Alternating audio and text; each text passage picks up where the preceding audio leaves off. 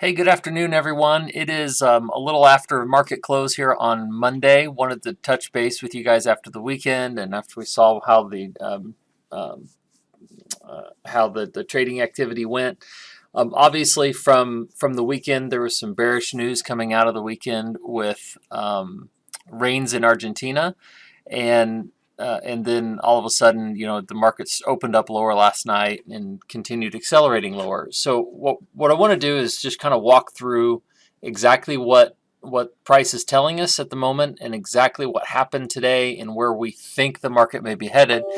And we need to just continuously beat the drum of get hedged, get hedged, get hedged, because the risk has shifted to down. And I know that's not fun to hear, and nobody likes that, because for the last 2.5 years we've been saying, hey, be patient, the risk is up, right? And that's because we've seen so much demand and so much strength in these markets. It's been prudent to stay to the long side of things. But things started to shift a couple of months ago, really. And we've been talking about this, and we've been talking about it, and everybody wants to say, hey, we want our timing to be perfect. We want to make sure we catch the absolute high, and we want to maximize to the downside. Well, that sounds good, but it's not realistic, because everybody gets the most bullish at the peak. That's when everything is the strongest, and a lot of times what you end up seeing is in a wave, in what we would call a wave two, or what was really the first counter trend rally. Okay, so big picture, let me back this up to the weekly chart. This is the continuation chart of soybeans. This is the peak here at 1784. Okay, and so this is the first major sequence down, and the first what we would call counter trend rally here. So a lot of times in this position, what you're going to find is the bullishness actually equals or exceeds the bullishness that happened back in here from a sentiment standpoint.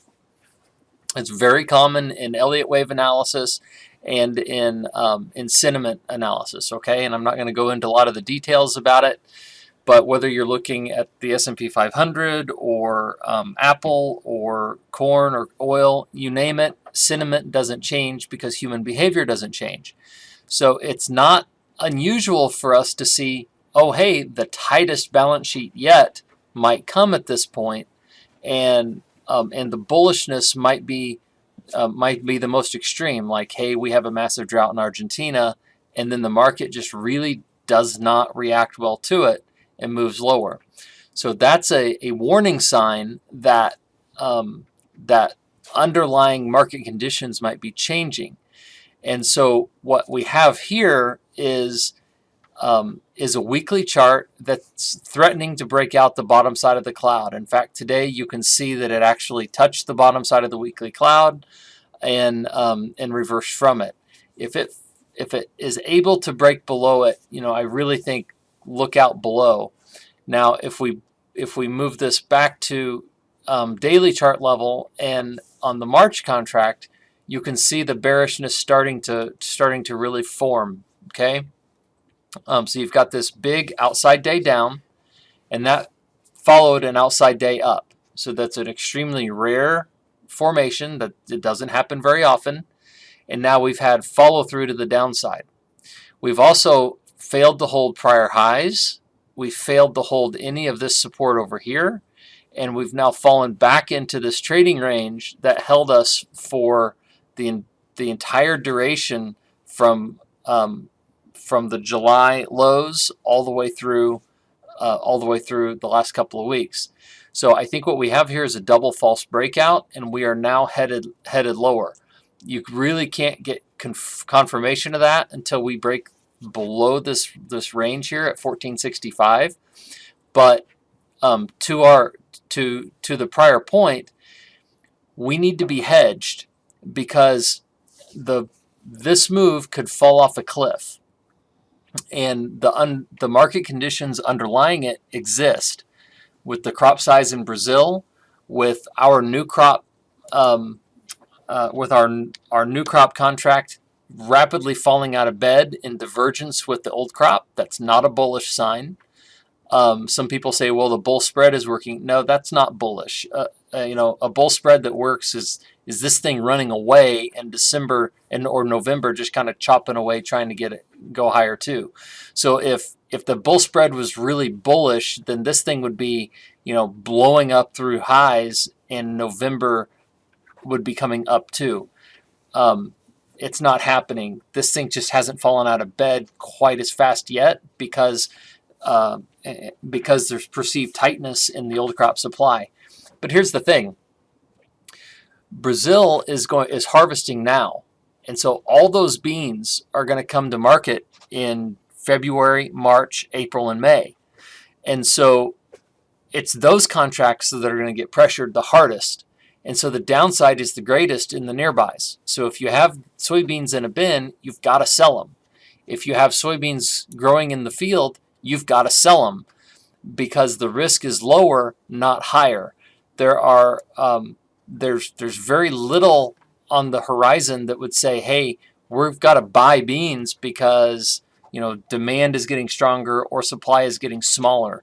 Neither of those conditions exist, which tells us that we've got to be hedged. You would rather be hedged and have to buy it back than force yourself to try to catch a falling knife as it just falls out of bed away from you. I mean, these targets are much, much lower. The downside to this move higher that we had here are actually lower overall targets. So if I put our extensions down here, they're down at 1322 as a step 1, 1202 as step 2, and 1145 as step 3. These things can absolutely accelerate down to the downside faster than you want to see them do it. So, the funds are long, the farmer's long, the funds are long, and the Brazilian farmer is coming into a massive crop. So I don't think that's a recipe for a lot higher prices. Okay, so what happens with corn, right? Here's new crop corn. Nothing bullish about this chart whatsoever. It seems to be falling out of bed again. Old crop corn, where am I at here? There we are. Old crop corn, we're right back down, trading below this 692 level. We're accelerating to the downside. We did finish off our low today, but we finished back below the high of the report day. So this bar right here is the report day, and if you look at soybeans, we finished below the low of the report day. So if you look at what might happen with corn here, all we got to do is trade down into this side. And is the corn balance sheet the same situation? Yeah, but it's not quite as accelerated as the beans because the corn harvest in South America is not going to come up as soon as the beans, right? But as soon as the market starts to price that in, then this thing is going to continue to work lower, and certainly a move below the report day low, which is 649. Certainly a trade below that would be probably be sold and increasingly bearish.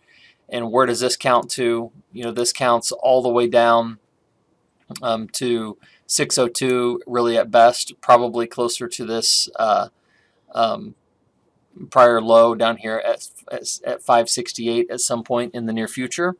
And coming out of this formation, you can see this accelerate to travel more distance than this move did, and it could accelerate much lower, much faster. So hedge first, ask questions later, re-own it later if something were to materialize that requires us to get to move that direction. A good example of that is wheat, right? Wheat's trading 40-cent ranges. It won't do that forever, but it is today. So it's extremely difficult to get hedges in place, which is why we've been recommending that we be sold and hedged here, and absolutely no reason to lift that at all. I was hoping for a bigger bounce in wheat off of this divergence. I don't think we're going to get it. I think this is going to go ahead and keep rolling over into new lows, and ultimately probably down to this 750, 730 range before it's over if especially if corn and beans go ahead and fall out of bed. So unequivocally, our view is lower. We don't see a reason to lift hedges. We don't see a reason to stay long or get long. I would be selling weakness in here and selling rallies as well. And it's going to stay that way until further notice, which will come in the form of, surprise demand or surprise supply shocks that we don't have on our radar yet. Hate to be the bearer of bad news there, but that's how we see it. That's exactly what this market's telling us, and that is exactly what the fundamentals are telling us as well. So I get that the signal is one part, and saying, hey, get sold is easy.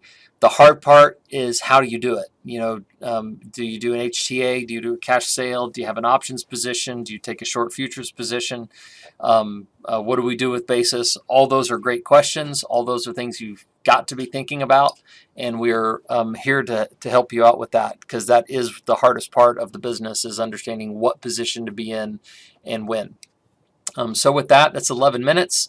We'll see how we trade through Tuesday and Wednesday. We'll make videos throughout the week as we see things unfold.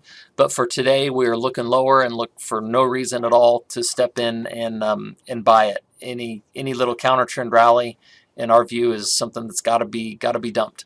There is risk trading futures and options. If you have questions, please call us and we will talk you through it. I hope you guys have a great night. We'll talk to you later.